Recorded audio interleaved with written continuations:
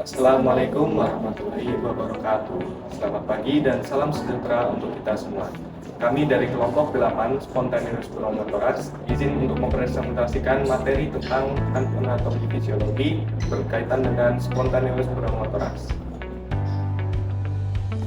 Definisi dari Spontaneous Pneumothoraks. Definisi dari Spontaneous Pneumothoraks tersendiri adalah kondisi di mana udara secara tiba-tiba masuk ke dalam rongga pleura tanpa adanya trauma atau cedera sebelumnya. Lalu, rongga pleura itu apa? Rongga pleura adalah ruang di antara paru-paru dan dinding dada. Masuknya udara ini menyebabkan paru-paru sebagian atau seluruhnya menjadi kolaps atau mengempis, sehingga berkurangnya kemampuan baru untuk mengembang dan fungsi pernapasan akan terganggu. Kondisi ini terbagi menjadi dua jenis utama, yaitu pneumotoraks spontan primer, terjadi pada orang sehat tanpa penyakit paru yang mendasari.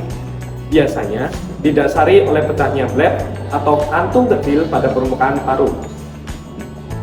Lalu yang kedua ada pneumotoraks spontan sekunder, terjadi pada orang yang memiliki penyakit paru sebelumnya, seperti PPOK, fibrosis kistik, atau infeksi paru spontaneous pneumothoraks.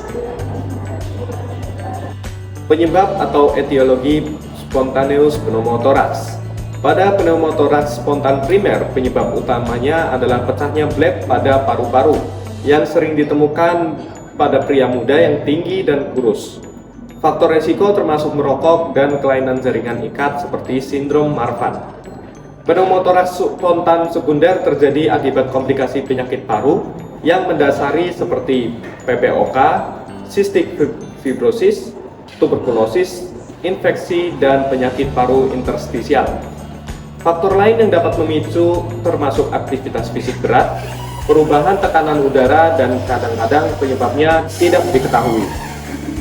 Kita lanjut ke epidemiologi. Penularan spontan lebih sering terjadi kepada pria dibanding wanita dengan angka kejadian sekitar 7-24 per 100.000 pria dan 1-6 per 100.000 wanita.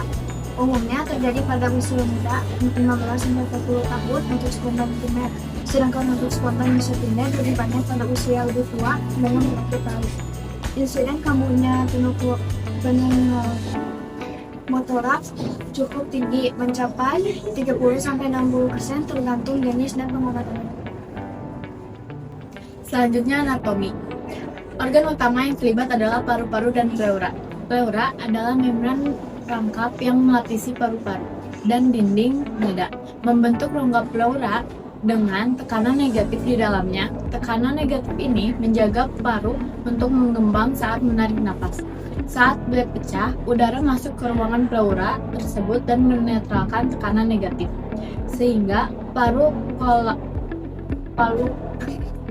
kolaps karena terkena dari udara di rongga pleura.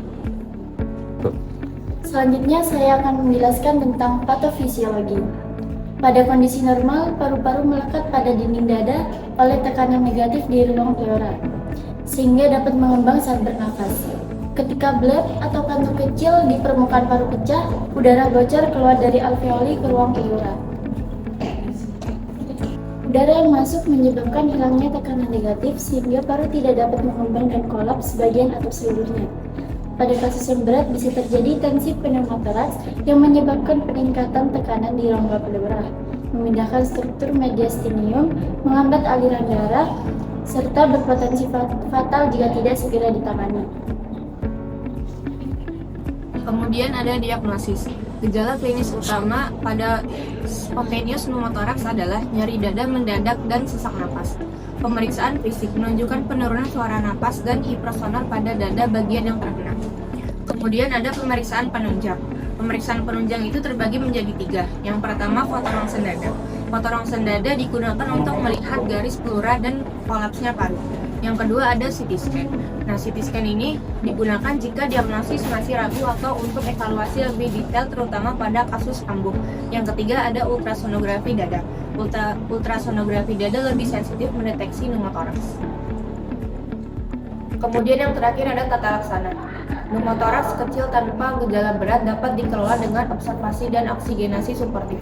Pneumotoraks yang besar atau gejala berat biasanya memerlukan tindakan aspirasi jarum atau pemasangan chest tube untuk mengeluarkan udara dari rongga pleura dan mengembang kembali paru.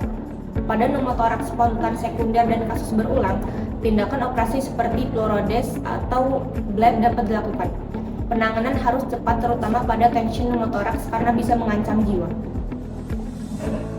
Demikian presentasi dari kami kelompok 8. Bila mana terdapat kesalahan atau tutur kata yang kurang berkenan, kami dari kelompok 8 mengucapkan mohon maaf yang sebesar-besarnya.